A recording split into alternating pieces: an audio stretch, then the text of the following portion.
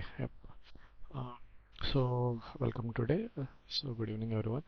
Uh, so we will be discussing today a few concepts like input function, like a datetime module, and then we will see how to import any module or any other uh, packages into our program. Uh, so before starting that, yesterday someone asked me about explicit, implicit, right? I think it's Sagar. ST sir. Okay. Uh, so let me just brief you. Okay.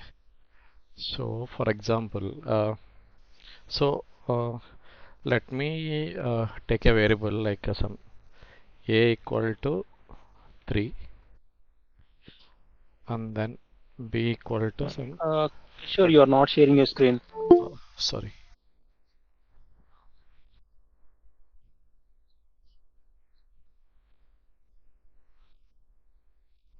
Okay.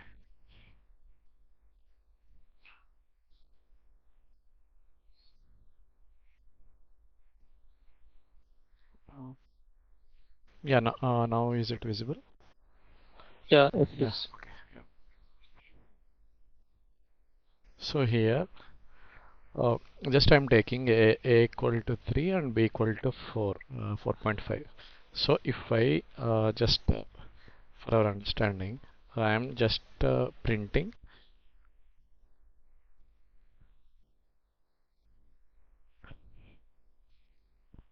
type of a,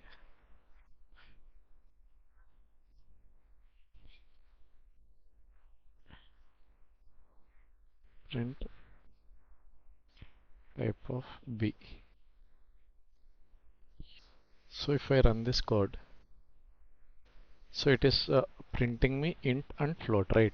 Because I have given 3 without any decimal point, and b here I have given 4.5.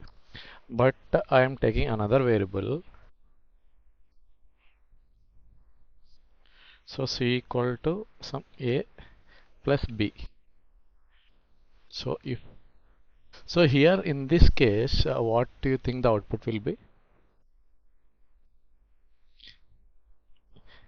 Is it int? Is it float for C?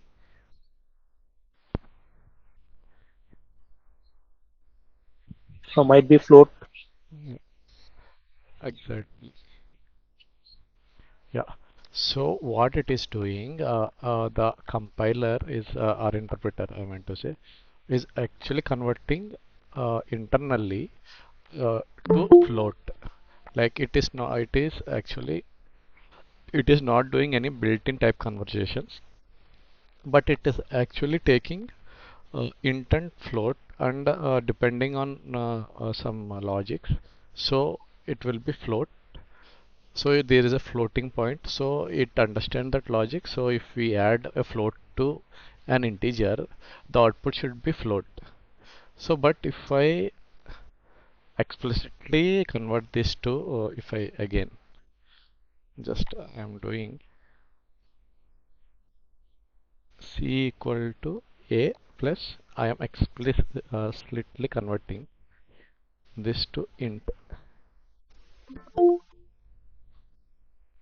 So,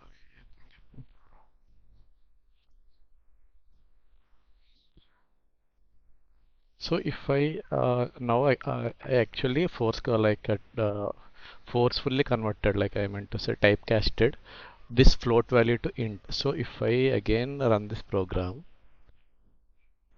it will give me int. So there is two types of conversions we are doing, right? Here, if it is actually we are doing explicitly conversion, so we are actually forcing it. So, so if I take an analogy, like for your easy understanding, you said you haven't you read many articles. So you are hungry. Uh, so our end result is to get fulfilled your hunger, right? But if you want to eat explicitly, I want to eat only biryani, then it is called explicit programming, or we have to specific about that what exactly it is. So here we want this uh, b variable to be int. So we actually wantedly converted to it int. But your hunger will be fulfilled if you eat something else, right? If you eat rice or if you eat chapati or if you eat idli or something, your hunger will be fulfilled. Here also the same applies. If our end result is to add these two numbers, but so our end result is fulfilled, but in different ways. So it is adding, but it is actually doing the conversation before, and then it is doing. I meant to say doing the operation. So the same like our hunger will be fulfilled even if you eat. That is implicit. So whatever your mother keeps to you, that will be implicit hunger fulfillment. Similarly, if you want to eat biryani, that is like explicit hunger fulfillment. Something related to analogy. Yeah. So I hope that you understand the what is explicit and implicit. So explicit is Okay, nothing sir. but forcing. We are forcing it. But implicitly is normally we do it. So generally in Selenium actually, like if you have or anyone has used Selenium, there used to be two types of waits: explicit wait and implicit wait. So in that logic, if you take care, once you load the web page, the POM like page object model, all the elements won't be loaded immediately. So we have to wait until that ID or whatever we give the XPaths or the element ID. If we given that element ID to be visible until it wait, we will mention it explicitly wait until that element got visible. But there is another type of wait. It's like we will wait for 5 seconds or 10 seconds or maybe whatever the time we given. It will wait and it will go. If the element is not visible, then it will go, and if it is not visible, it will fail the test case, but if it is visible, then it will go to the next execution. Yeah, I think yeah, I think that's it for explicit and implicit. And then now coming back to our today's topics.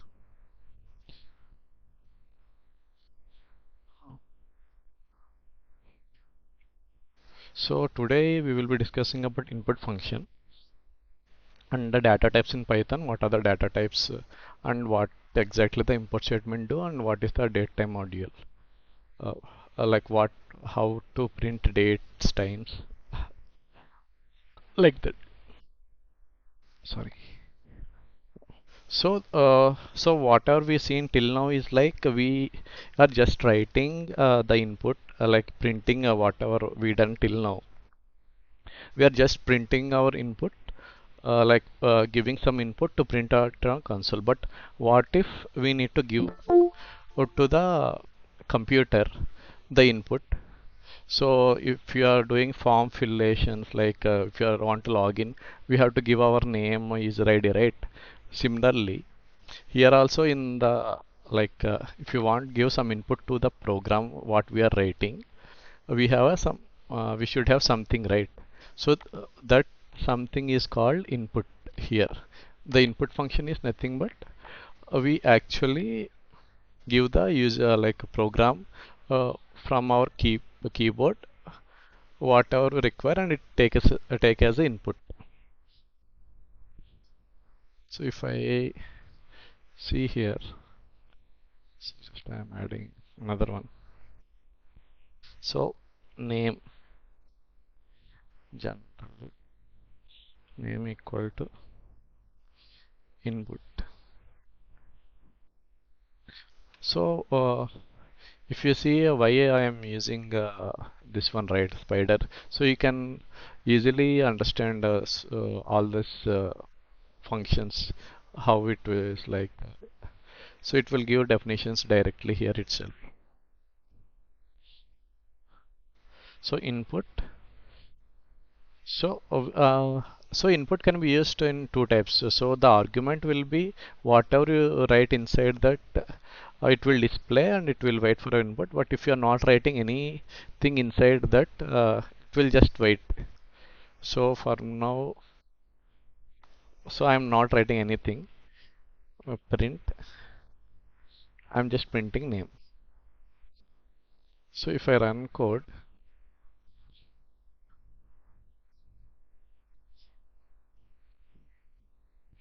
so it is not displaying anything, right? But if I'm just typing now, sorry,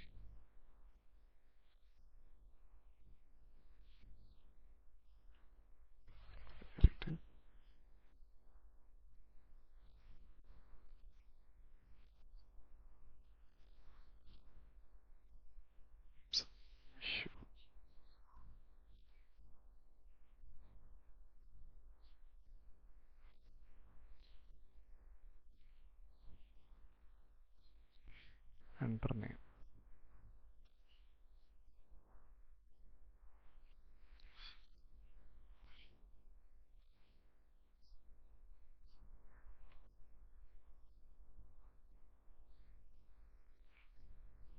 Okay, there's some issue with my. So let me go back to program is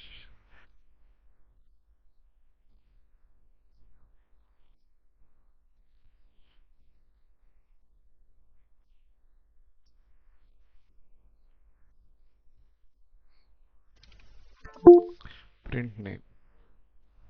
So if I execute it, so it is not displaying anything, right? So but so I have given my name, then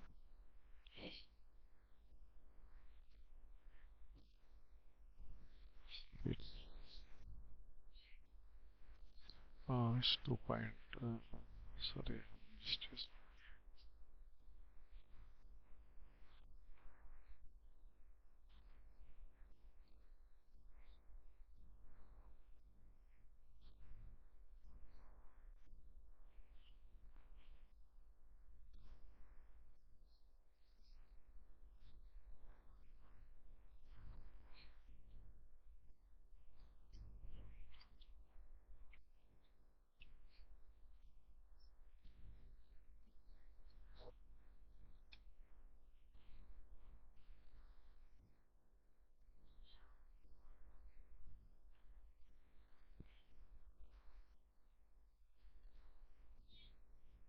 so if I run it, it will wait for until my input is there. So I'm given enter. So if we don't give this also, it will actually wait. So but we don't get any like in console we don't see any message, but it will run like it will wait until we give the input. So I'm giving, now I'm going to console psi. So then it got printed, the program got executed. So so the input function is actually giving the input to the program what uh, you want. But the input function, whatever you give, it actually converts everything to a string. So if you want to convert, give the age, then you have to explicitly convert it into integer format. So the input function doesn't know whatever the keyboard we are pressing, right? So it imagines everything what user enters as a string only. So the input function is defined in that way. So we have to very careful when we are writing any programs to use age, something like that. So if I take the same example here,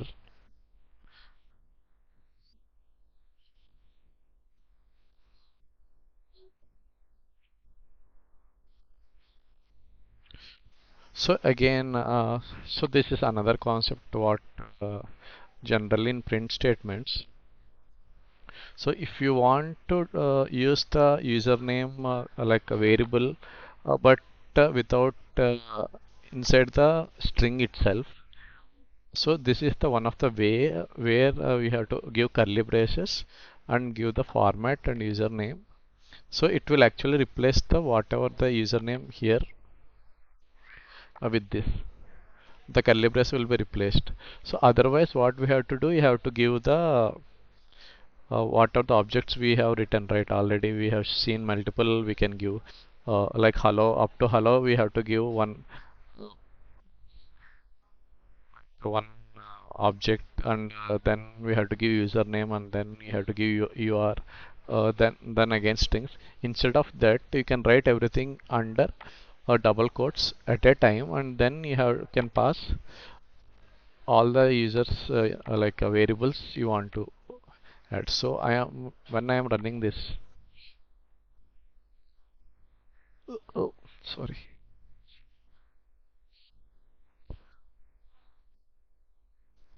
So generally Python takes the intendant. What is our name? So Sai I have given. What is your age? I'm 30. Hello Sai, you're 30 years old. So what it did, it actually replaced this curly braces with the formatting, one of the way. So similarly, we have f strings as well. Maybe we will see going forward. So it is replacing this curly braces with the values what you have given to the variables from the input. So similarly, we have to be very careful again, I'm saying. So when you are taking the inputs, you have to define our requirement. So here my age requirement is int. So generally the age cannot be points, right? Generally, whatever we say, it should be in integers normally we say, but if you require some months or some 30.8, 30 point something, then it will changes according to your requirement. Then you have to make it as float.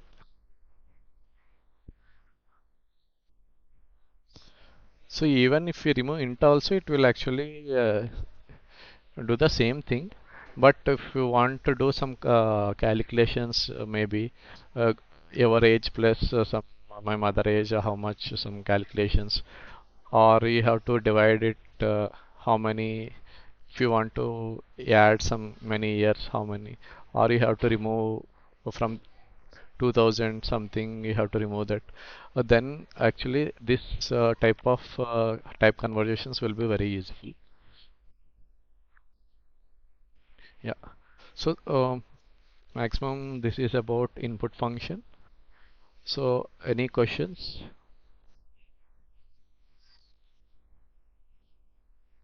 here? No, sir. Okay. Yep. Thank you.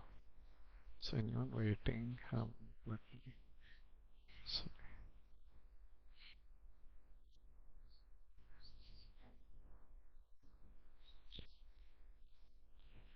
so then going forward, so yesterday we have seen multiple thing as of now. We are talking about strings, ints, floats, right? So generally, so in Python there will be mainly six types of data types. So as of now we've seen int, float, string, right?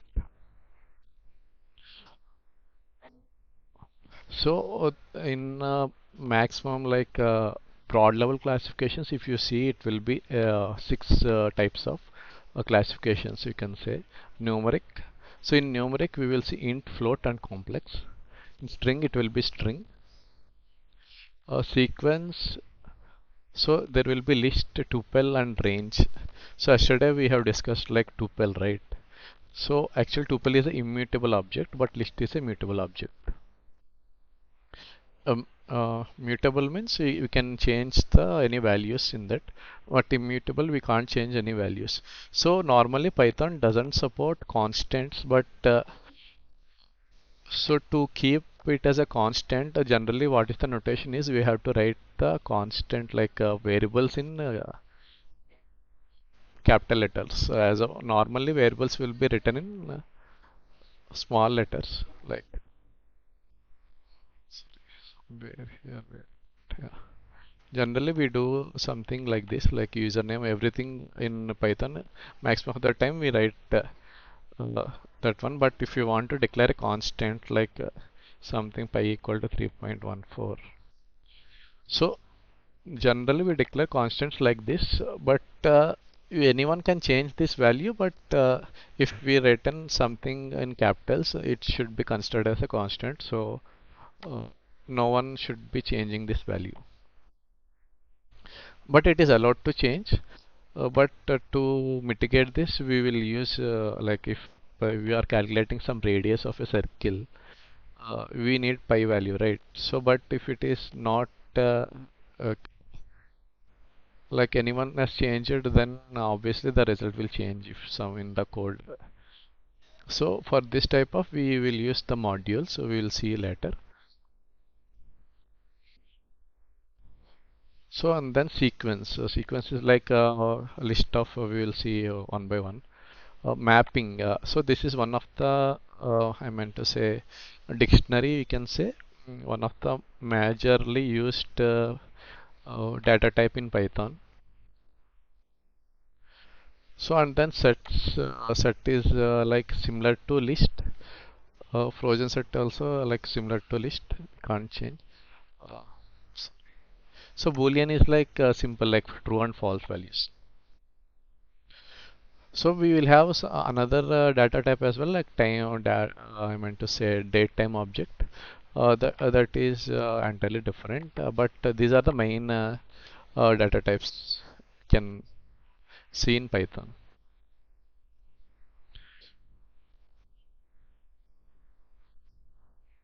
So numeric data types. So if you see, I have given integers.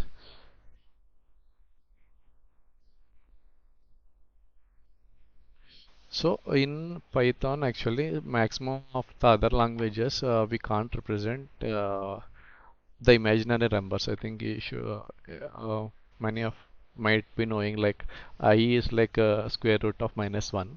So in Python, we actually represent this imaginary numbers as well. So if I again go back, so just I'm removing,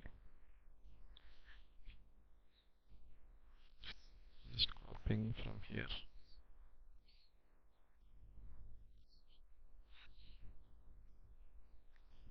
So I'm just printing types because I have given first one as I'm printing.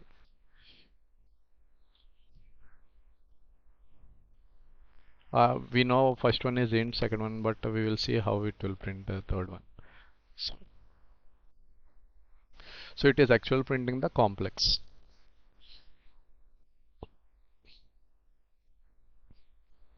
So even if you print one, number two, it will give you int and float only. That's fine. So similarly, like string is like hello world, whatever we are as of now, what we are seeing, everything we are typing, it's maximum every string characters or everything we are inputting, it will be string. And then data types, we have sequence. So sequence is like if you see list, so we have a list of objects. So if you see one, two, three, so this is list. We call it as. So here in this, the anyone can modify the values. So we can append it and we can do like a, pop out. We will see that in later classes. So a list is a mutable sequence, so it can be changed. So and this is the like if you want to create a list, it should be start with square brackets and end with close brackets. So tuple is a immutable sequence. So it's like we can't change any values in this. Uh, so this is one of the main data type again in Python, where we should not change any values or like in Java there is to be a private key or I think private yeah private keyword. So where we can't change any variable value. Similar like that we have this tuple in Python, but it is actually list sequence. So but if you given only one tuple should have at least two values, but if you given only one, it will again convert it, it will take it as a string only. So range is a special sequence. So yesterday I think we have seen like Python 2 and Python 3 differences. Like when you put a range, it will actually print from 0 to 9. It is actually another function, I meant to say. So it will just print from 0 to 9.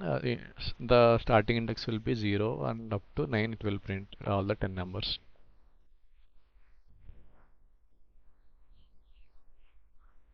So and then we are going to the main mapping type. It is called dictionary dict mapping type. So here in dictionary what we will have is actually key value pairs. So if I see here, so here my in dictionary my key is name and my value is for my name key, the value is alias. So similarly we have age, uh, so for that value is 25. Occupation software. So if you like convert it into an Excel sheet, so similarly it's like all these are column names and these are values in that column names. So it's like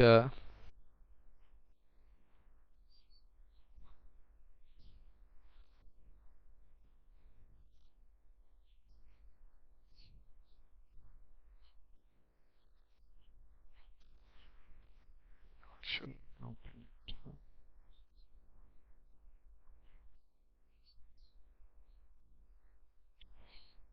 So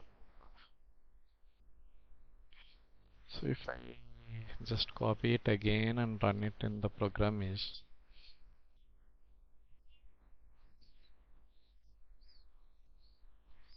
I'm printing again type.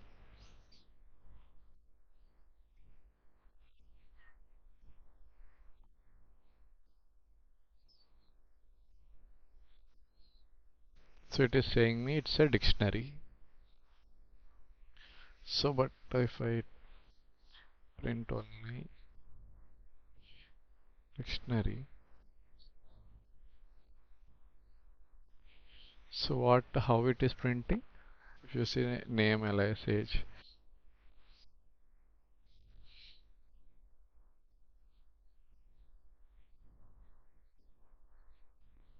so something like I meant to say name, age, occupation.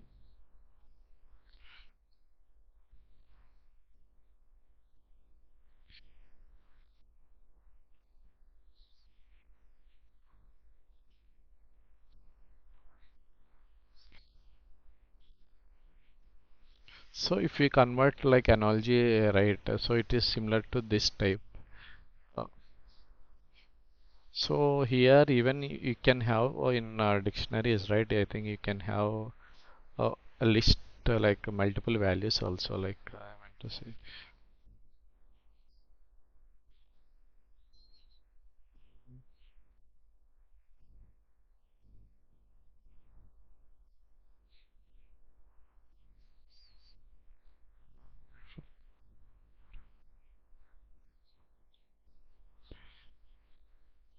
So if I again just, I think it don't allow duplicate keys. Let me see.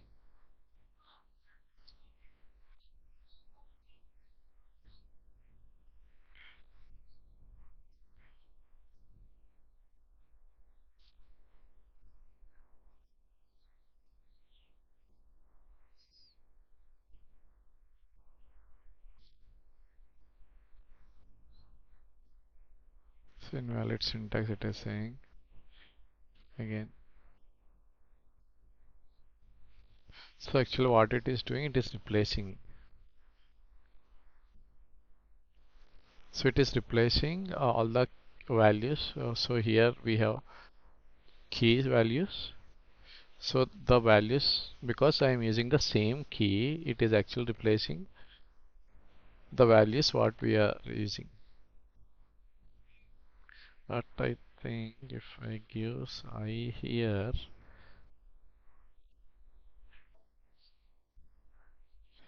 is 30.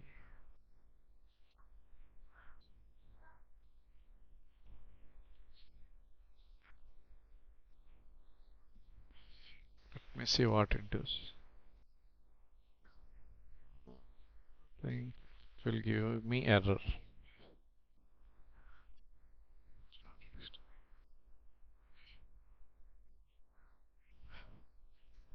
So it is actually after dictionary key it is actually trying.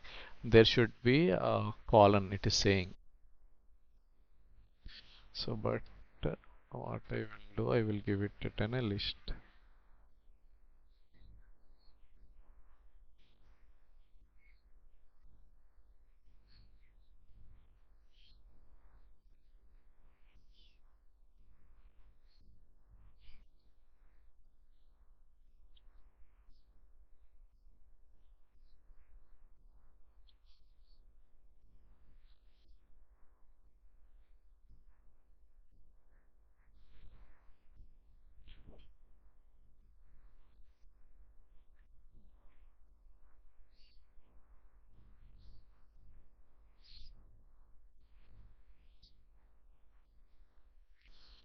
So here if you see, so in the name I am having two values like license I, age, occupation. So different. So if you convert it into a CSV file, it will come to again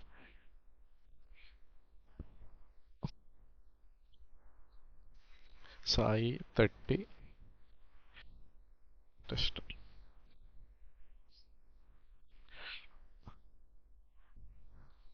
So here my key is remaining as it is, but my values are changing or my values are increasing.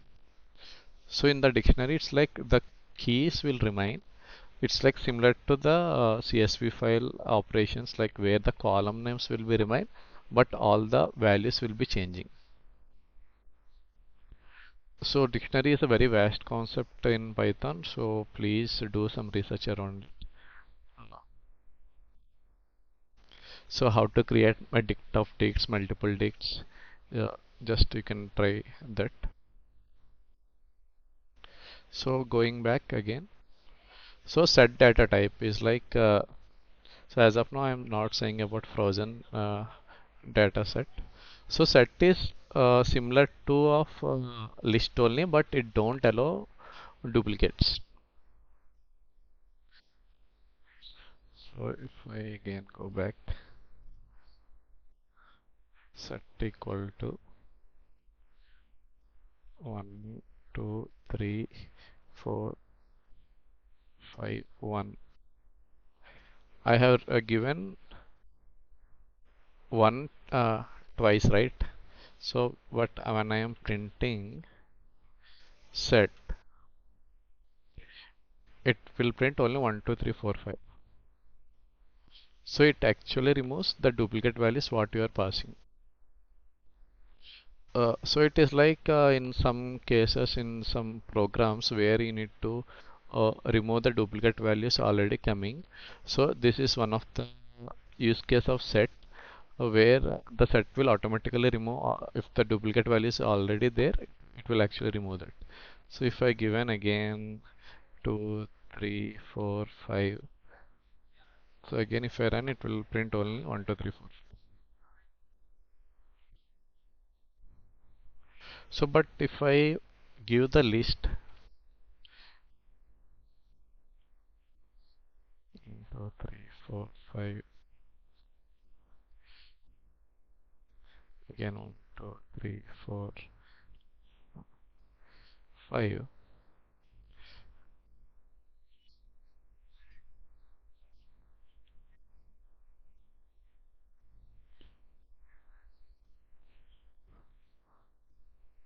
uh, sorry. Generally, don't use like this set and list because those are already uh, taken keywords. So maximum of the time use with some one or some other underscore variables. So if I run this program, so if you can see the difference, right, in list and in set. So set don't allow duplicates, but in list it actually allows the duplicate. So that's the main difference. Uh, so Boolean values is like true and false, whatever you define. Like it will be a Boolean like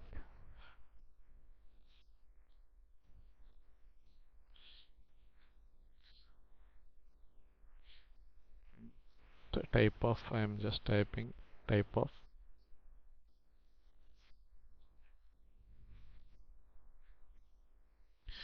Boolean. So it will give us the Boolean.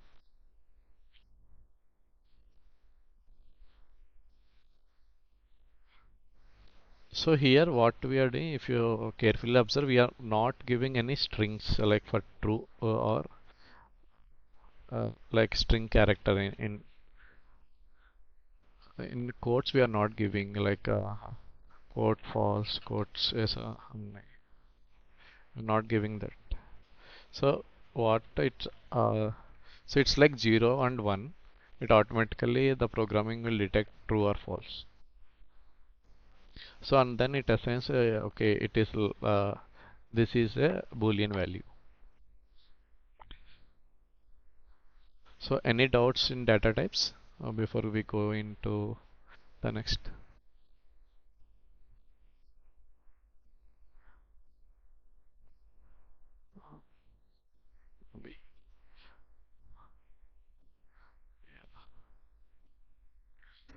No, sir. Okay, thank you. And then okay. So the next is like import statement. This is the main starting point. Still now we haven't used anything, right? Like we are just writing everything like print or input we have written, but we have never used uh, any import statement still. So what exactly the import statement is like? We actually import system functions. Uh, like system modules are already defined modules or system modules into our code.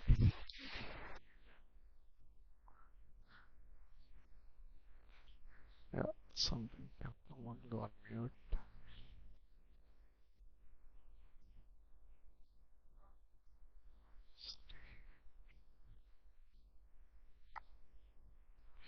Okay, so I just come. So if you are not talking, can you please go on?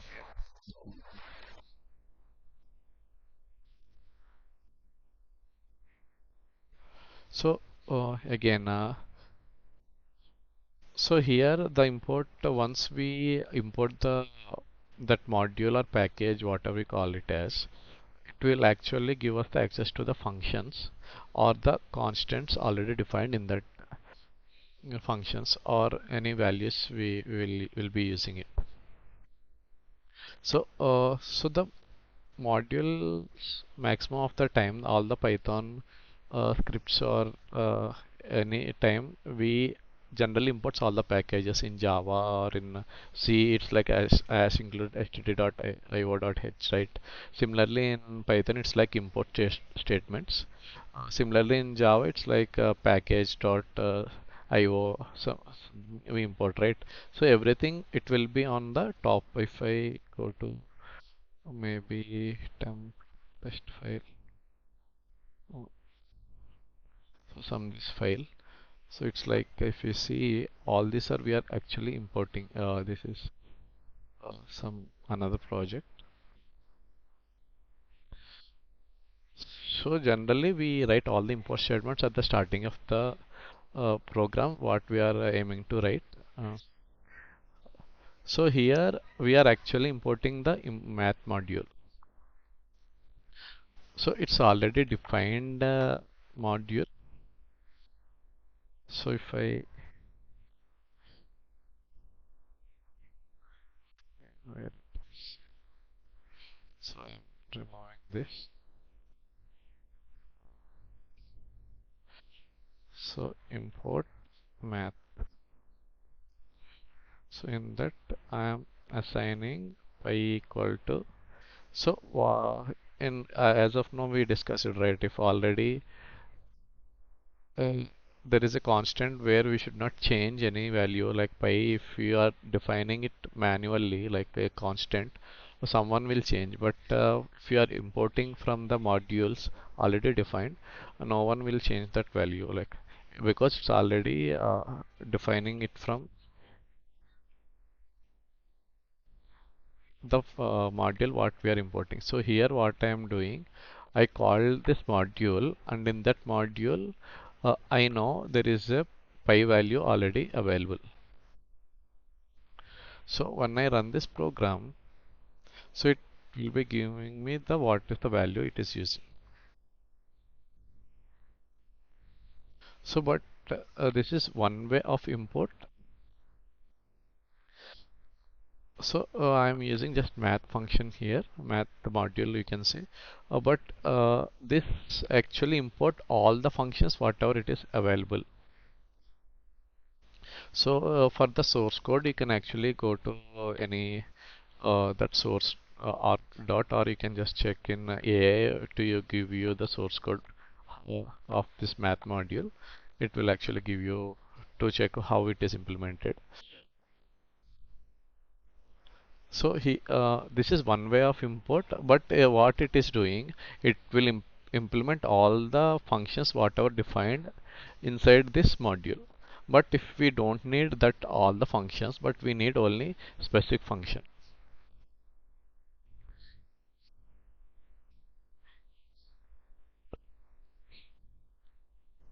So for example, I need only sqrt is like square root. So how I am doing, so we can do it as,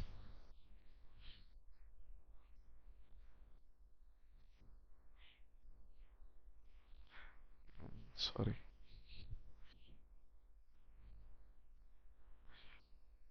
So here,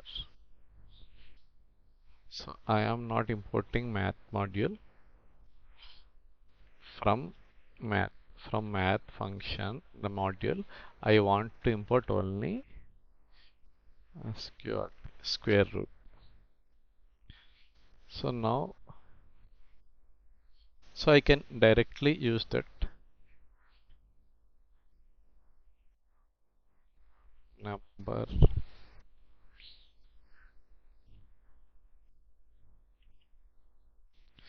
So number square root of, I am just giving some 4 in print per square. So what it will give me? It will give me 2. So if I change this number to some 7 something, 2.6 some number it will give.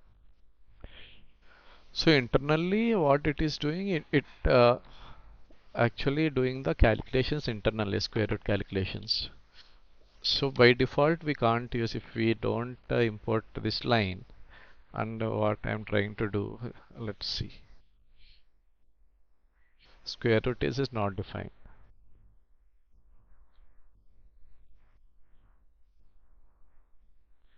So, so it's like for easy access or for our convenience, we actually uses this modules in our code so that we don't need to reinvent the wheel. So we just use the wheel which is already invented. So we just take this function and apply to wherever required in our project or in our program what we are writing. Yeah. So there will multiple ways so you can import if you want again pi value. Yeah. So and again before we actually when we are giving a pi uh, before if you have seen pi equal to I have given math dot pi, right? So it's like we are actually referring to that module and to get that. But if you import like this, you don't need to give again math dot pi. Pi value equal to pi print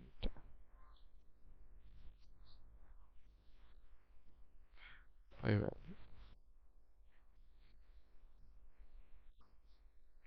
So, but if you are importing directly the module like import math, you have to refer to that with dot notation whatever you are doing. So it's like when you are doing square root also you have to do it as math dot square root. Then it will work if you are importing directly import math. But if you are importing a specific functions, you can use this. So the documentation will be available in python.org where for which module what are the functions available. Let us see module.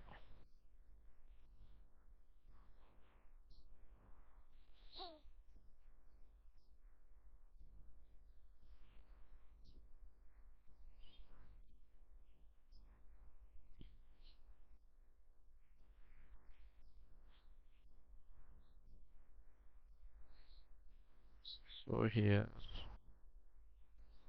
tutorial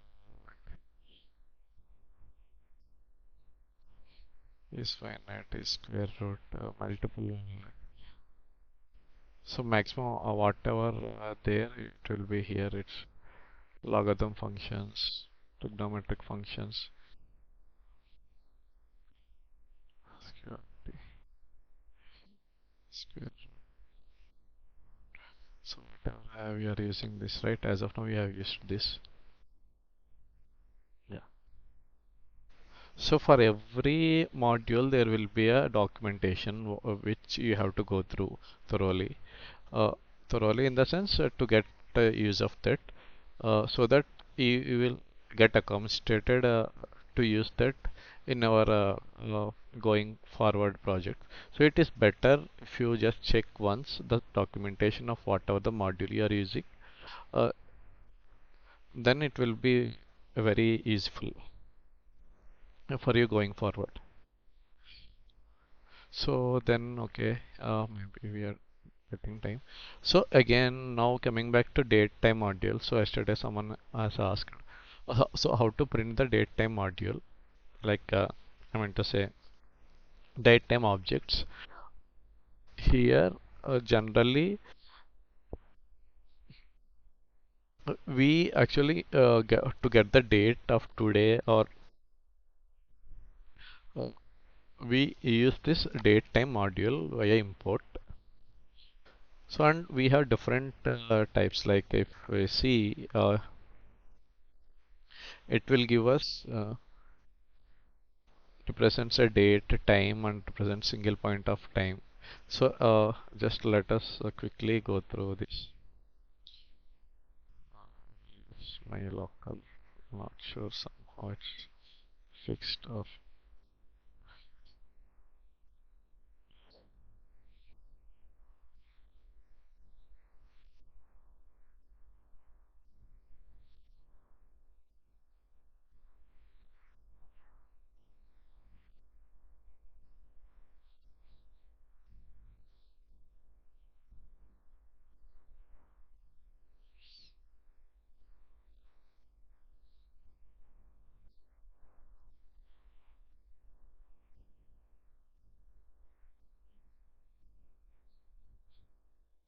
So it's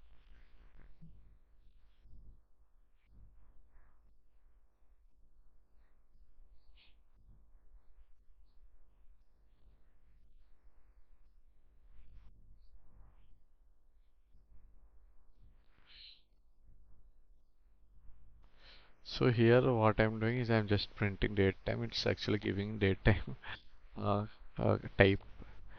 So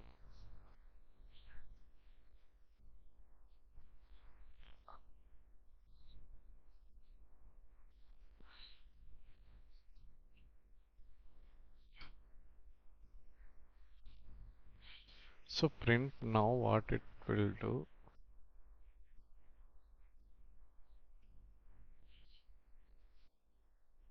So it is giving me this one like what is the current date, and it is giving milliseconds uh, date, right? So depending on this, we actually generally don't print directly, because in some systems, Unix systems, or it actually don't give in this format. It will give directly everything in without any colons or something. Like it will be 225500. We don't understand in that format. So generally, we actually convert it into string and then print it.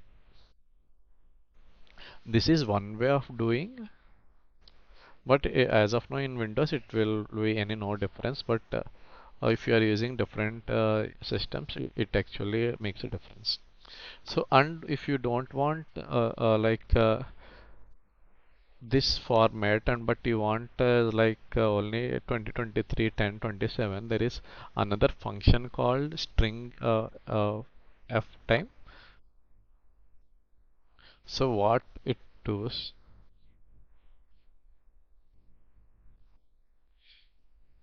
so what I'm doing now, this is another function, string format time. So this is how you will be formatting your required date. So this is one of the important I meant to say important function where we need to do the different type formats, because in real-time projects the date time will be different. Sometimes it will be month, date, year. Sometimes it might change again back to year, date, and month. So we have to define accordingly depending on the paths you are using. So if I see here, so I have removed this colon, so I meant to say hyphen, and I have got only this one up to seconds only. I don't need milliseconds. So what I have given percentage y is like year, month, date, hour, minute, and seconds. So we are actually formatting the date using this string format function. So for more information, actually, this is the I meant to say. Here it will say how to give the input, like percentage by year without century as decimal number. So if you give percentage by right, it will give you uh, the small y. Again, if I go back, just for our change, it is capital Y. If I am giving small y, so it won't. It will print only 23, not 2023.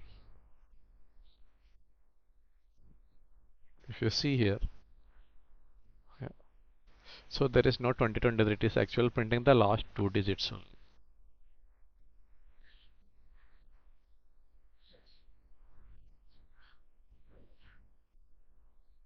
So depending on whatever the format you are using for printing of all the like your required output in our desired way, this is the one of the best way to format our date time, and this is the I mean to say the best website to check for this cheat sheet. Actually, this is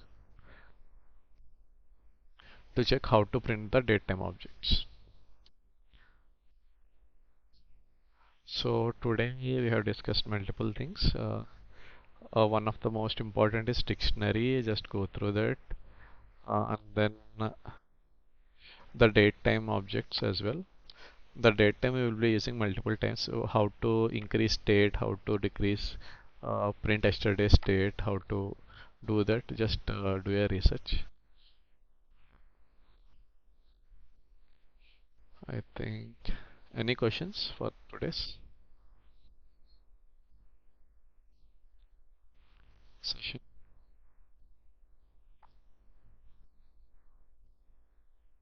Sir, every single time we have to use the import statement whenever we have to. One time is enough. It's one time is enough.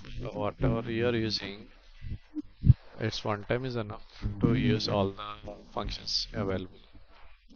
Like in the same program you're writing, it's one time is enough.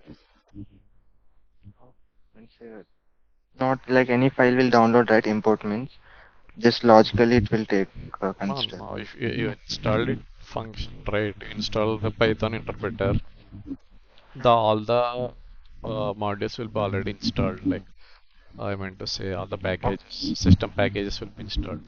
If something is not installed, we actually install it from pip or conta. We will see that going forward.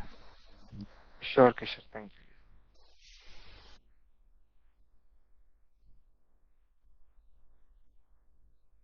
Okay. So, any other questions?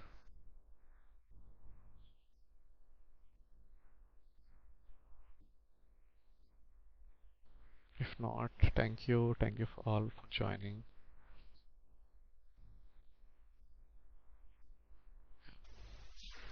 Thank you, Kishore. Bye. Bye.